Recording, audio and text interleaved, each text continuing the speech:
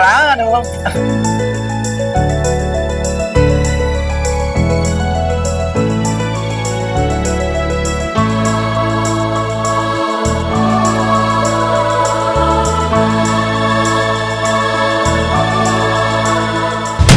నీ పరువు పోతుంది, అందుకే కామ్గా నాతోటి డార్లింగ్.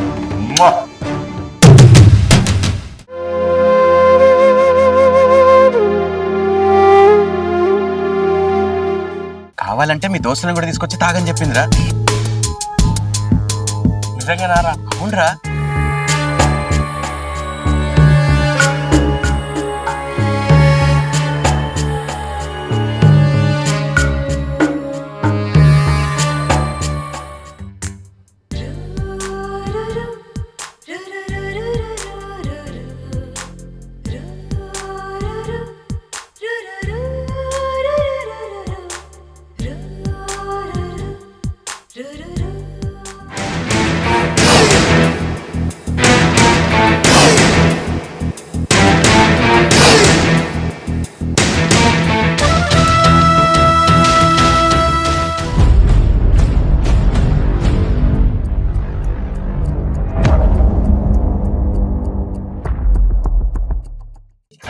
అరే అరే మెల్లారా, అరే మెల్లారా, పడిపోతారా, అరే మెల్లారా. అరే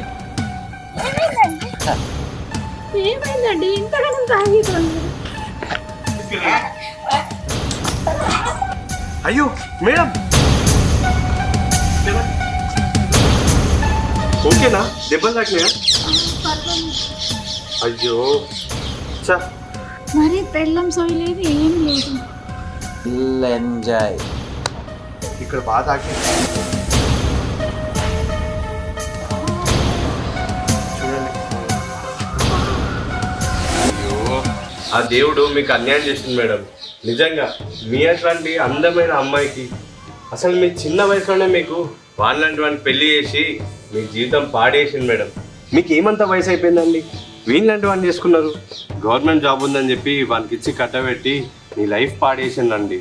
నాకు ఇది తలుచుకుంటేనే చాలా బాధ అనిపిస్తుంది. వాడి గురించి నాకు బాగా తెలుసు. వాడు ఎప్పటి నుంచో మందుకు అలవాటు పడ్డాడు. వాడు ఇంకా మారాడు.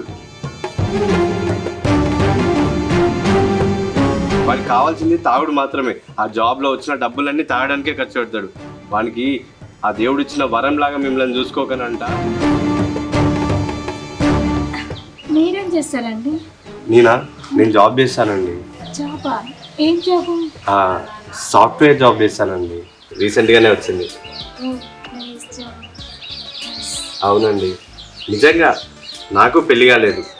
నేను ఫస్ట్ టైం మిమ్మల్ని చూసినప్పుడే పెళ్లి చేసుకుంటే మీ అసొంటి అమ్మాయినే పెళ్లి చేసుకోవాలనుకున్నాను. మీలో ఆ వినయం, మీలో ఆ సిన్సియారిటీ, ఆ ఇన్నోసెన్స్ అనిపించిందండి. ఏదైతే ఏంది, మా ఫ్రెండ్ అయినా అదృష్టవంతుడు అని చెప్పి అనుకునేసరికి వాడేమో ఇలా తయారయ్యాడు. నాకేం నచ్చట్లేదండి అది. లేదండి, నాకు మ్యారేజ్ కాలేదు. మీలాంటి ఒక అందమైన అమ్మాయి దొరికితే ఖచ్చితంగా పెళ్లి చేసుకుందామని చూస్తున్నా. లేదండి, నేనే అందమని ఏం కాదు, కానీ మంచి మనసు అంటే ఎవరికైనా ఎలాంటి అమ్మాయినా మంచి వస్తుంది, మంచి మనసుకి వస్తుంది. ఎందుకంటే మా ఆయన తీసుకొస్తున్నారు కదా, అది అనిపించింది. ఇది మంచిది వాడండి. వాడు ఎలాగో నా ఫ్రెండే కదా, తీసుకురాక తప్పది. కానీ నాకు మీ గురించే చాలా బాధ అనిపిస్తుందండి. ఎందుకండి? మీ అంత మంచి వారికి, మీలాంటి వాళ్ళకి అలాంటి వాడు దొరికిండు అని చెప్పి నాకు చాలా బాధ అనిపిస్తుందండి.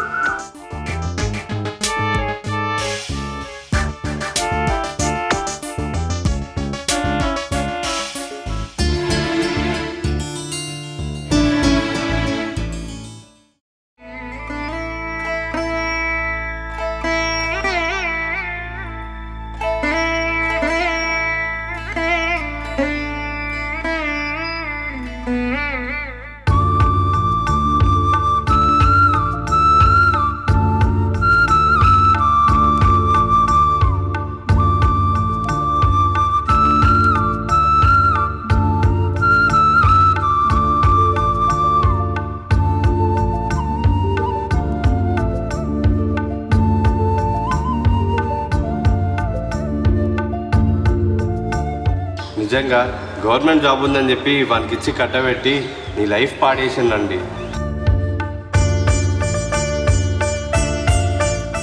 ఇలాంటి ఒక అందమైన అమ్మాయి దొరికితే ఖచ్చితంగా పెళ్లి చేసుకుందామని చూస్తున్నా. ఆ దేవుడు మీకు అన్యాయం చేసింది మేడం.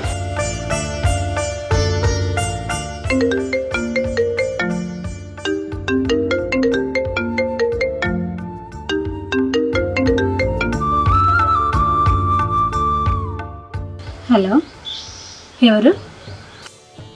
ఏంటి, ఎవరా? అదేంటండి, నిన్న నైటే నెంబర్ ఇచ్చారు, అప్పుడే మర్చిపోయారా నన్ను? ఓ మీరా? అవునండి. చెప్పండి. అదే ఏం లేదు, విజయ్ బాగానే ఉన్నాడా, ఏం చేస్తున్నాడు ఇప్పుడని కాల్ చేశాను. విజయ్ బాగానే ఉన్నాడు. లేచిండా ఇంకా హ్యాంగ్ అవుట్తో పడుకున్నాడా? లేదు, ఇంకా తలకే పట్టుకొని కూర్చున్నాడు. ఇవాళ ఆఫీస్కి ఓడుగా వచ్చి ఇంకా పోయే సూచనలు అయితే ఏం కనపడతలేదు. అవును, మీకెలా ఉందండి? మీకు దెబ్బ తాకింది కదా? నాకు పర్లేదు, జస్ట్ లైక్ కొంచెమే తాకింది. అవునా? నిజంగా నాకు నిన్న చాలా బాధ అనిపించిందండి. ఎందుకండి? అదే అండి, ఇంత చిన్న వయసులో మీరు ఇన్ని కష్టాలు పడుతున్నారు కదా, అటు మీ ఆయనను చూసుకుంటున్నారు, ఇటు మీ ఇల్లు చూసుకుంటున్నారు, ఇంటి పని, వంట పని, ఇవన్నీ ఒక్కలే ఎలా మేనేజ్ చేస్తున్నారండి? ఇది అట్లేం లేదు, ఏ ఆడపిల్ల అయినా చేసేదే కదా, నేను అలాంటిదాన్ని. మీరు మహారాణి లాంటి వాళ్ళు, మిమ్మల్ని మహారాణి లాగా చూసుకోవాలి. అలాంటి అలా అనుకోకండి, ఎవరైనా చేసేదే. లేదండి, మీ అంత అందమైన అమ్మాయిని నేను కనుక పెళ్లి చేసుకుని ఉంటే మిమ్మల్ని మహారాణిలాగా, ఒక ఏంజల్ లాగా చూసుకునేవాడిని. అడుగు కూడా కింద పెట్టనిచ్చని కాదు. అవును. మరి మీ మ్యారేజ్ చెప్పండి. ఏంజల్ మిస్ అయిపోయింది కదండి, ఇంకా నేను లైఫ్లో మ్యారేజ్ చేసుకోను.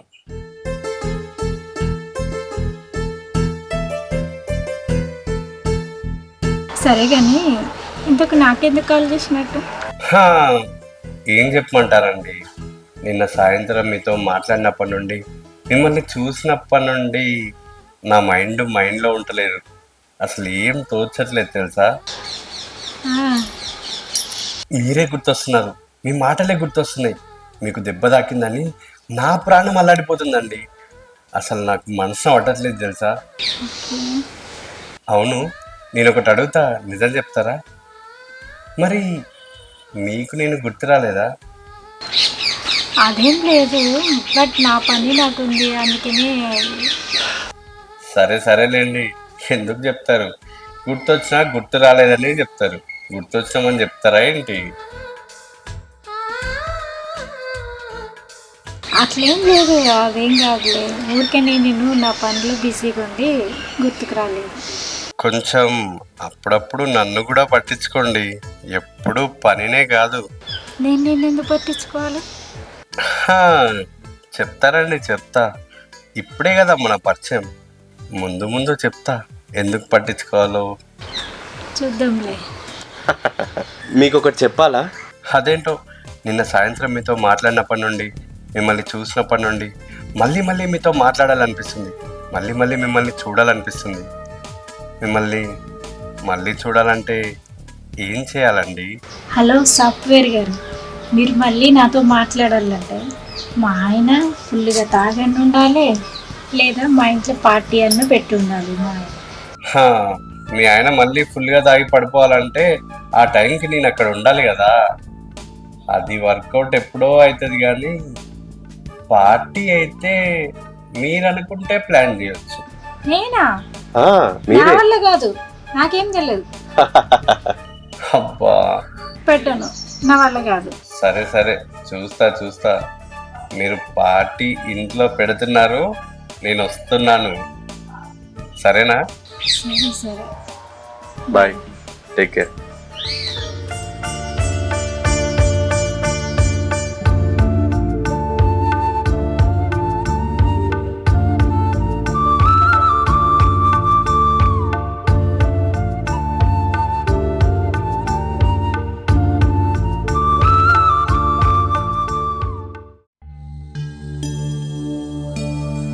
ఏమండి ఓయ్, నిన్నేమో సోయి లేకుండా దాకొచ్చి ఎక్కడ పడితే అక్కడ పడుకుంటా ఇంటికి వచ్చి ఇప్పుడేమో సోయి లేకుండా లేస్తలేవు.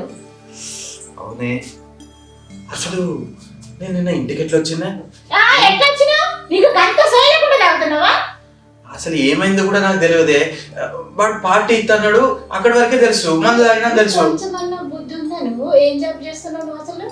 ఒక పని చేసేటప్పుడు ఆ పని మీద ఆలోచన ఉండాలి కదా, ఇంట్లో ఒక భార్య ఉన్నదన్న ఆలోచన ఉండాలి కదా. ఈ తాగుడేంది, ఈ ఎక్కడ పడితే అక్కడ పడుకుంటూ వచ్చుడేంది? ఇది అసలు ఎవరు తీసుకొచ్చిలో కూడా నీకు సోయిందా అసలు? అసలు నన్ను ఎవరు తీసుకొచ్చిలే, నాకేం గుర్తులేదు. నీకేం గుర్తులేదు మహాప్రభు, ఏం గుర్తులేదు. నువ్వు ఇంకెప్పుడు బయట తాగకు, బయట ఉండకు. నువ్వు ఎప్పుడు తాగాలనుకుంటే ఇంట్లోనే తాగు, ఇంట్లోనే ఉండు. అప్పుడు నా కళ్ళ ముందటనే ఉంటావు, ఇంట్లోనే తాగుతావు, ఇంట్లోనే పంటావు. నాకేం గుర్తులేదే. మీకు ఎందుకు గుర్తుంటది? ఏమి గుర్తుండదు. అది కాదండి, మీరు ఎక్కడ తాగి అక్కడ పడిపోతే ఆ తర్వాత నా పరిస్థితి ఏంటిది? నేను నిన్నే నమ్ముకొని ఉన్నాను కదా. ఇక నుంచి మీరు ఏమైనా తాగాలని ఉంటే ఇంటినే తాగండి, కావాలంటే మీ ఫ్రెండ్స్ని కూడా తీసుకొచ్చుకోండి. అవునా? నిజంగానా? తీసుకొచ్చుకోండి. సరే, ఇక్కడి నుంచి పార్టీ ఇంట్లోనే చేసుకుంటా, ఇంట్లోనే అనుకుంటా. ఇప్పుడైతే పోయి ఆఫీస్కి రెడీ అవుతా.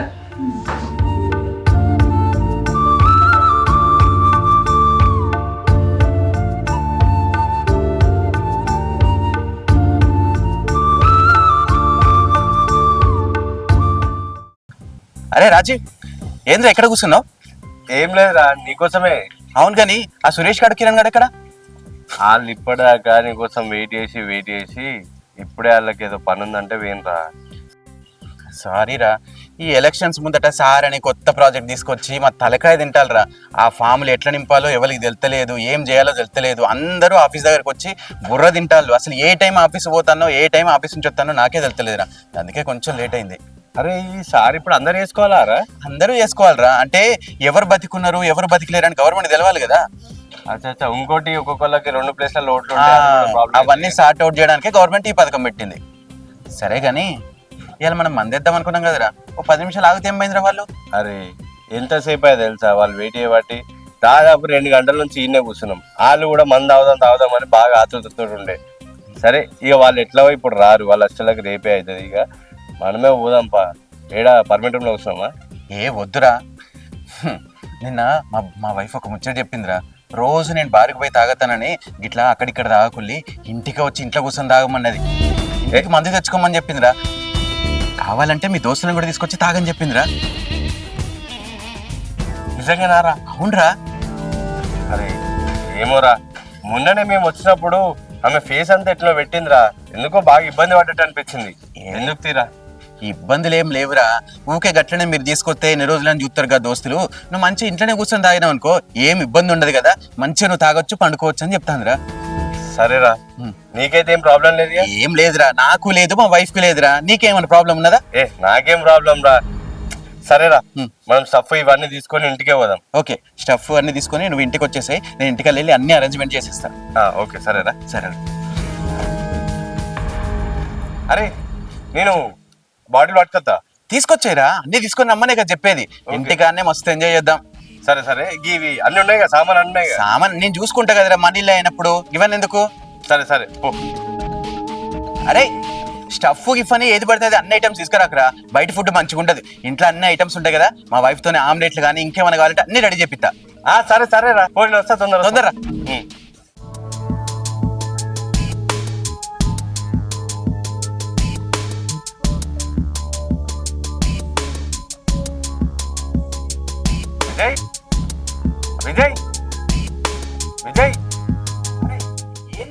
విజయ్ విజయ్ గేట్ దగ్గర నుంచి వెళ్తాను. మనీలే కదా, లోపలరా. అవును, ఇవన్నీ ఎందుకు తెచ్చినవరా? ప్లేట్లు, గ్లాసులు, వాటర్ అన్ని ఇంట్లో ఉంటాయి కదరా. మనం కూర్చున్నది ఇంట్లోనే కదా, బార్లో కాదు కదా.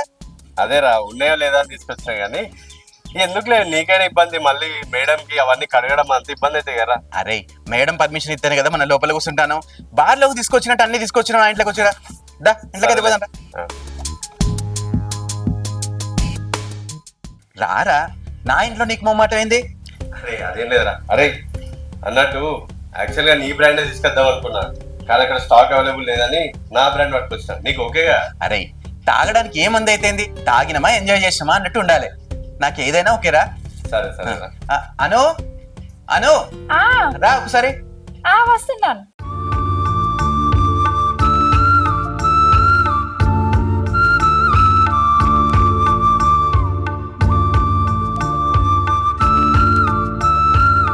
అను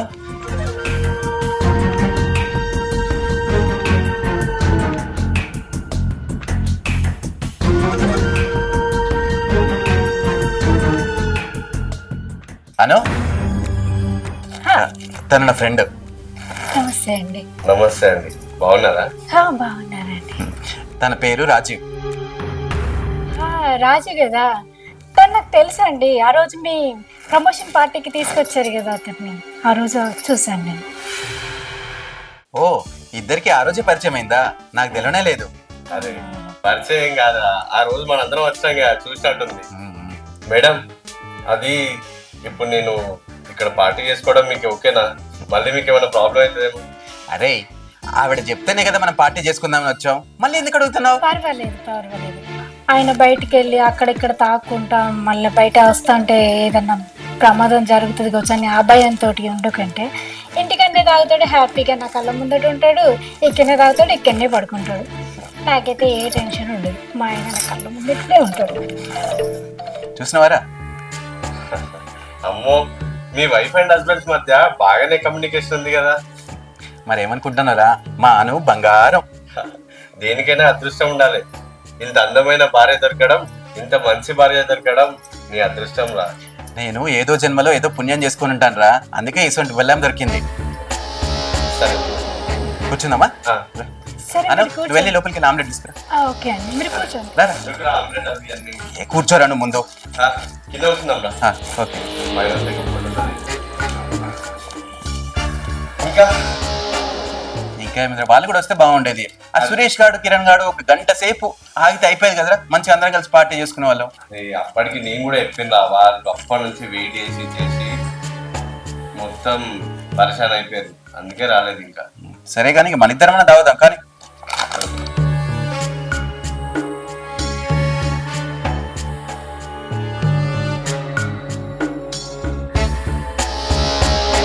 Cheers.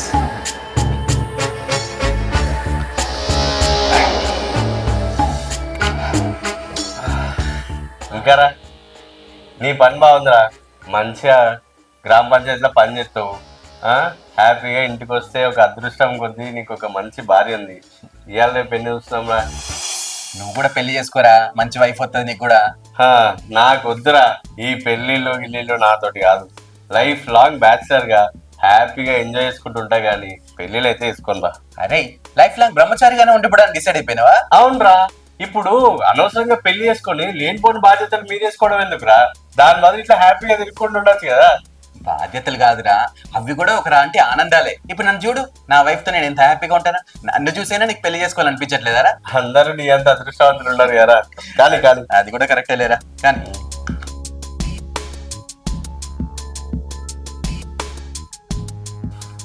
అను, అను, ఆమ్లెట్ రెడీ అయిందా? తీసుకొచ్చి. ఆమ్లెట్ తీసుకుంది. ఆహా, ఈ విషయంలో మాత్రం నువ్వు నిజంగా అదృష్టవంతులు కదా. ఏ జన్మలో ఏ పుణ్యం చేశానో చెప్పాను కదా. తొందరగా వచ్చే.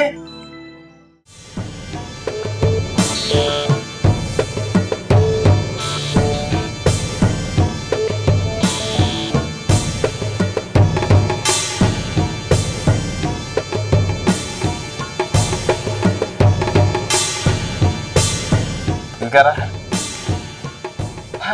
ఇంకా పనులు ఎట్లా నడుస్తున్నాయి? పనులు ఏముందిరా, ప్రెషర్ మాత్రం చాలా ఎక్కువైపోతుందిరా. అసలు ఏం పనులు ఏమో నాకే అర్థమైతలేదు. అలా వేడెక్కిపోతాను. కాదురా, నీకు నెలకు 20,000 25,000 శాలరీ వస్తాయి కదా, ఏమైతారా పైసలన్నీ? పైసలు ఏమైతుందిరా, ఫ్యామిలీ ఉంటే ఎన్ని ఖర్చులు ఉంటాయో నీకేం తెలుసు. ఒంటి పూస శుద్ధ పూసగాడివి. అది కాదు, ఫస్ట్ నువ్వు ఈ తాగుడు బంద్ చేయి. మొత్తం తాగుడికే పెడుతున్నావు. నేను చూసలేనా, ఈ మధ్య ఎక్కువైతుందిరా. రోజు హాఫ్ తాగేటోడివి, ఇప్పుడు ఫుల్ బాటిల్కి వచ్చింది కదా. కాదురా, ఆ ఆఫీస్ లో వర్క్ ప్రెషర్ అట్లా ఉంటాంది, తల లేచిపోతాను. ఆ మాత్రం ఇయ్యకపోతే గానీ కూల్ అయితలేం. అరే, నువ్వు కష్టపడి అక్కడ సంపాదించి అదంతా మందుకు పెడితే ఏం లాభం రా? అది కాకుండా పైనుంచి అప్పులు చేస్తున్నావు, నాకు కూడా తెలుస్తుంది. కానీ ఏం చేద్దాం రా, ఆ వర్క్ ప్రెషర్ లో నేనేం చేస్తానో నాకే తెలియట్లేదు. సరే సరే, ఇప్పుడైతే ఇంట్లోనే తాగుడుగా. సో మేడం నిన్ను కంట్రోల్ చేసి లిమిట్ లో తాగబెడుతుంది. అందుకే కదరా నేను కూడా ఇంట్లో తాగమంటే ఓకే అని చెప్పిన. అక్కడ బయటికి పోయినాం అనుకో, మనం ఎప్పుడు ఎట్లా వస్తామో ఏం చేస్తామో ఎవ్వరికి తెలియదు. హ్యాపీగా ఇప్పుడు ఇంట్లో అనుకో ఎంతసేపు తాగినా హ్యాపీగా ఇలా పడుకోవచ్చు, తినొచ్చు, పడుకోవచ్చు.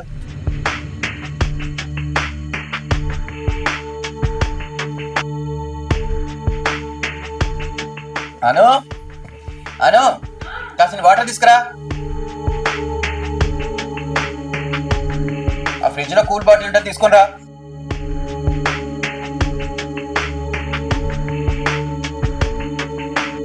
అరే మీకు పెళ్ళయి 3 years అవుతుందిగా, ఇంకా పిల్లలు లేదే? మేమే ప్లాన్ చేసుకోలేదురా, ఇప్పుడే ఎందుకు వాళ్ళ తలనొప్పి అని. అవునా? కొంత మంచి సంపాదన వచ్చిన తర్వాత, మంచి సెటిల్ అయిన తర్వాత చేసుకుందాం అనుకున్నాం.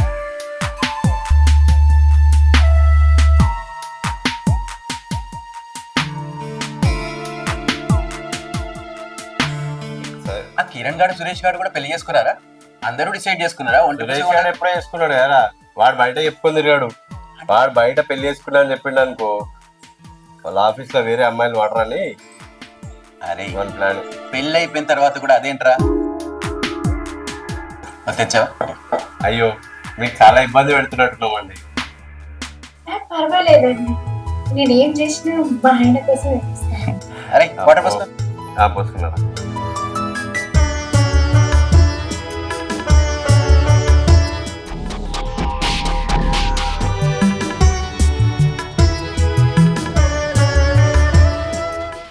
పెళ్లి అయిపోయిన తర్వాత కూడా భార్యను అట్లా మోసం చేసుడు కరెక్టేనారా? అసలు పెళ్లి అయిందన్న విషయం నాకే తెలియదు. అదేలేరా, ఈ వాడి పని అట్లుంది. అరే వాష్రూమ్ వస్తుంది. అయ్యో ఆ పక్కనకి వెళ్తే ఉంటుంది. సరే ముందుకెళ్ళి రైట్ తీసుకో. సరేరా, తొందరగా వచ్చాయి. వాష్రూమ్ ఇటేగా? అటేరా వెళ్ళు. ఓకే.